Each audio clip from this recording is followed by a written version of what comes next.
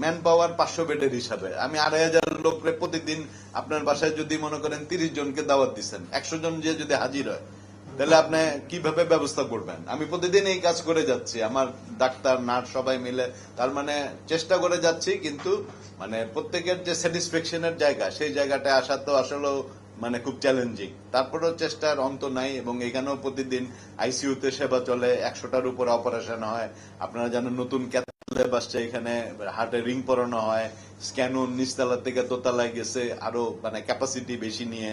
তো চেষ্টা চলে, মানে এই যে সার্ভিস গুলা, এবং মনে করেন যে মানে ভালো কাজগুলো থেকে বের হয়ে বলে না যে এই জিনিসটা হয়েছে, নেগেটিভ গুলো আসে। এর ভিতরে গতকালকে একজন মহিলা চিকিৎসকের উপরে আপনারা ভিডিও দেখছেন, একদম মানে স্ট্যান্ড নিয়ে একদম মানে মানে মানে খুবই উদ্যত, মানে একদম মানে মানে অ্যাগ্রেসিভলি মানে মারতে যাওয়া, তাও তো আর এক পেশেন্টেরই ভদ্রলোক, আমি ওনাকে খুঁজতেছি পুরস্কৃত করার জন্য, সে একদম ঢালের মতন দাঁড়ায়, না গেলে কি বিপদ হইতো এক আল্লাহই জানে। এটা কোনো সুস্থ মানুষের পক্ষে সম্ভব কিনা, এবং কোনোভাবে এটা আমরা সাপোর্ট করতে পারি না, এবং তাকে পরে পুলিশের হেফাজতে দেওয়া হয়েছে। এখন বাকিটা আমরা ফলো আপ করবো। আর ইন্টারনেট এটা নিয়ে অবশ্যই সংক্ষুব্ধ, এছাড়াও ওনারা আরো অনেক কিছু বিষয় নিয়ে আমার সাথে আলাপ হয়েছে, সেগুলো ওনারা উন্নয়নমূলক একটা হাসপাতালের সার্ভিস কিভাবে উন্নত হবে সেগুলো নিয়েও আমরা কাজ করব, কিভাবে বেটার হয়। তো আপাতত ওনারা অলরেডি মানে হইলই তো গতকালকে একটা কমিটি অলরেডি আমি আউটলাইন দিছি, এরপর থেকে তো মানে চিঠিটা টাইপ হচ্ছে, এটা মানে মৌখিক ভাবে একজন প্রফেসর সাহেবকে আদেশও দিছি, কিন্তু মানে এতক্ষণ তো ওনাদের সাথেই আমি কথা বললাম, একসাথে তো মাথা তো একটা, হাতও দুইটা, 4-5 সদস্য, বাট একজন ফুল প্রফেসরের মাধ্যমে। ঠিক আছে,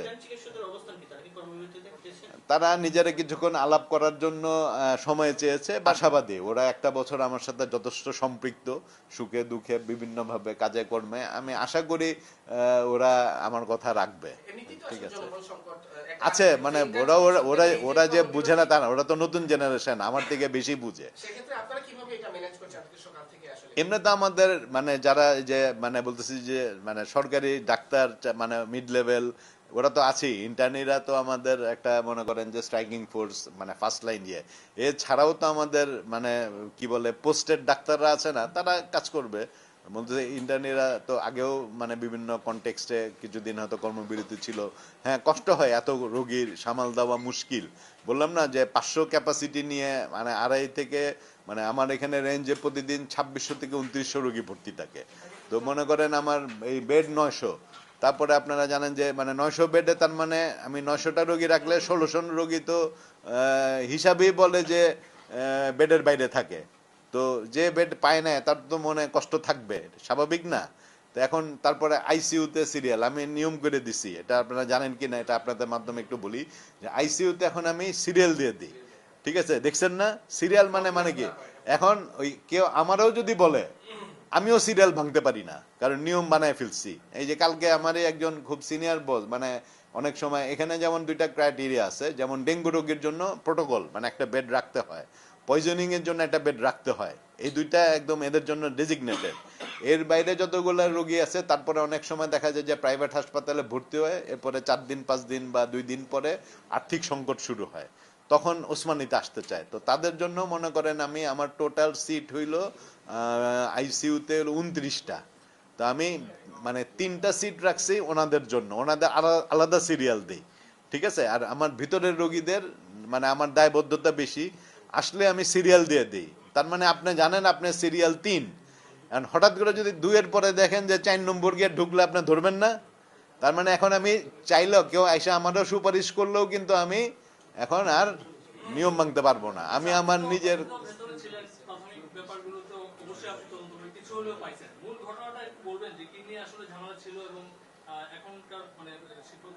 এখানে যেটা হয়েছে যে ওই সময় একই সাথে যিনি ডাক্তার ছিলেন উনি আরেকটা রোগী দেখতেছিলেন। তো এই রোগীও মানে আমাদের রাত্রে 10টার পর একটা জেনারেল পলিসি যে কোনো 10টার পরে কোনো রোগী আসে মানেই জরুরি রোগী। তো এখন হইলো যে ওই সময় আবার এটা সার্জারি ইউনিট, আমাদের রাত 9টা 10টার পর থেকে যে অ্যাডমিশন ডে যে ইউনিটের থাকে মানে আলাদা হিসাবটা, তখন থেকে ইমার্জেন্সি অপারেশনগুলো শুরু হয়। তখন ওটিতে কিন্তু ডাক্তাররা অপারেশন করতেছিল, আর নিজে তখন হলো একজনের দায়িত্ব ছিল যে আসলে ওই রোগীগুলা দেখা।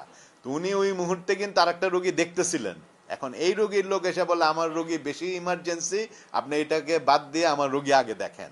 তো আপনারাই বলেন যে একটা রোগী দেখা অবস্থায় তাকে মানে বাদ দিয়ে কি আর একটা রোগীকে মানে ধৈর্য তো ধরতেই হবে, মানে তাল গাছ ঠিক রেখে বিচারের মতন অবস্থা। তো এটার কারণেই উনি সংক্ষুব্ধ হয়ে গেছেন এবং মানে রিয়াকশনটা হয়েছে, মানে এটা কোনোভাবেই আপনারও নিশ্চয়ই যত অপরাধী হোক, যদি আমি মনে করি যে আমার অপরাধও হয়েছে, তারপরেও কি একজন সুস্থ সবল পুরুষ, একজন মহিলা, এবং ইনসিডেন্টালি উনি ফ্যামিলি পেতে ছিলেন। তো এরকম ভাবে আপনারা তো ভিডিও দেখছেন, একদম স্ট্যান্ড নিয়ে সরাসরি মারতে আসা ওই আরেক ভদ্রলোক, উনিও আরেক রোগীর লোক। আমি ওনারে খুঁজে বের করার চেষ্টা করতেছি আমার ব্যক্তিগত কৃতজ্ঞতা এবং ধন্যবাদ দেওয়ার জন্য, যে মানে উনি একদম ঢালের মতন দাঁড়াইছে, দেখছেন না? ওই ঢালটা না থাকলে কি হইতো, মানে এটা তো একটা রিউমার ছড়াচ্ছে যে যিনি ওই রোগী ছিলেন আর কি, ওই যে রোগীর স্বজনদের সাথে যাদের ঝামেলা হলো, যে রোগী ছিলেন ওনার উপর হামলা হয়েছে, এটা সত্য কিনা? যে রিউমারটা ছড়াচ্ছে না না, রোগীর উপর কোনো হামলার তো প্রশ্নই আসে না। রোগী তো রোগী, আমরা যতই বলি আলটিমেটলি মানে রোগীর লোকের উপরেও হামলা হয় না, কিন্তু রোগীর থেকে তো প্রশ্নই আসে না। রোগী তো মানে বলতেছি যে রোগীর উপরে যতই রাগ থাকুক আসলে মানে এটা তাহলে তো ওই লোকের কাজ আর আমার কাছে এক হয়ে গেল, ওইটা হয় না। হ্যাঁ হ্যাঁ, এটা তো পুলিশ হেফাজতে নাও।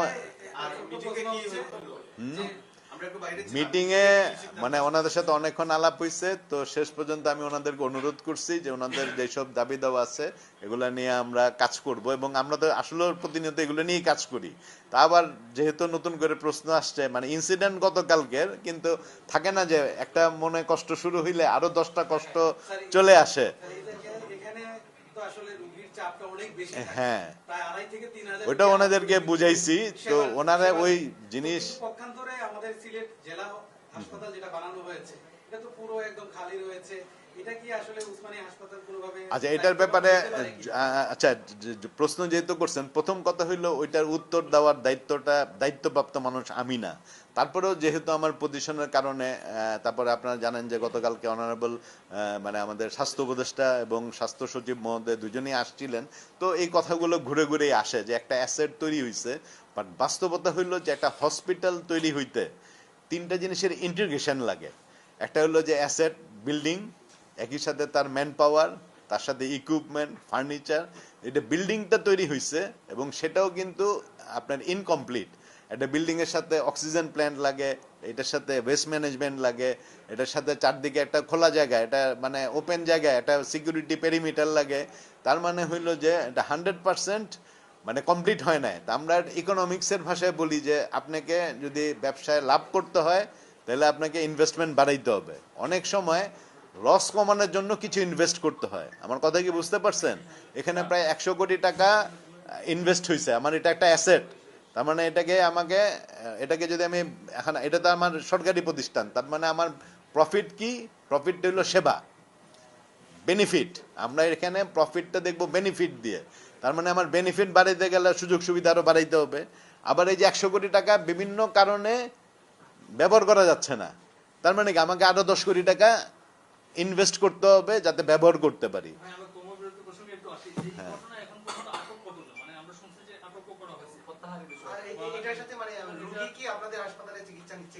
রোগী তো হাসপাতালে আছে, রোগীর অ্যাটেন্ডেন্টকে কালকে পুলিশের হেফাজতে দেওয়া হয়েছে। এখন আমার প্রশাসন এখানে যাবে, সকাল থেকে তো ওদের সাথেই মিটিং। এখন আমরা ওইটা ডিটেল মামলা করবো কিনা, কি বৃত্তান্ত, তারা কি করতেছে, আমরা আইনগত বিষয়গুলা, আমাদেরও মানে লয়ার আছে মানে হাসপাতালের এই ধরনের, এগুলা মানে সকাল থেকে যে 1:30 বাজে, তো মানে আমি তো আর মানে এখন মাথা তো একটাই, আমি তো সকাল থেকে তাদেরকে বিভিন্ন বুঝতে হয়, বুঝেন তো, তারা ইয়াং জেনারেশন এবং একটা সংক্ষুব্ধ অবস্থায় আছে, এবং একসাথে মানে বিষয়গুলো আপনারাই একজন একটা প্রশ্ন উত্তর শেষ করার আগে আরেকজন আরেকটা প্রশ্ন করতেছেন। এবার তাহলে ওদের মানসিক অবস্থাটা বুঝেন তো।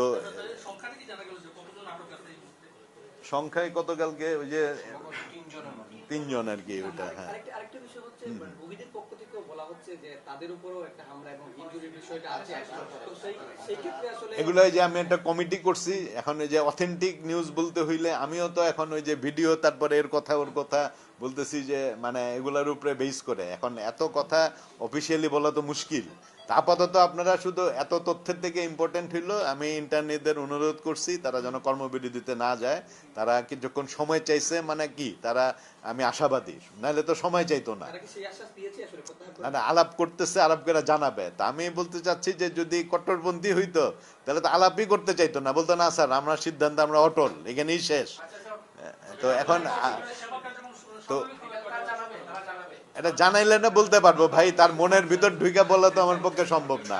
আপনারাও দোয়া করেন যেন তারা আমার কথা শুনে। হ্যাঁ।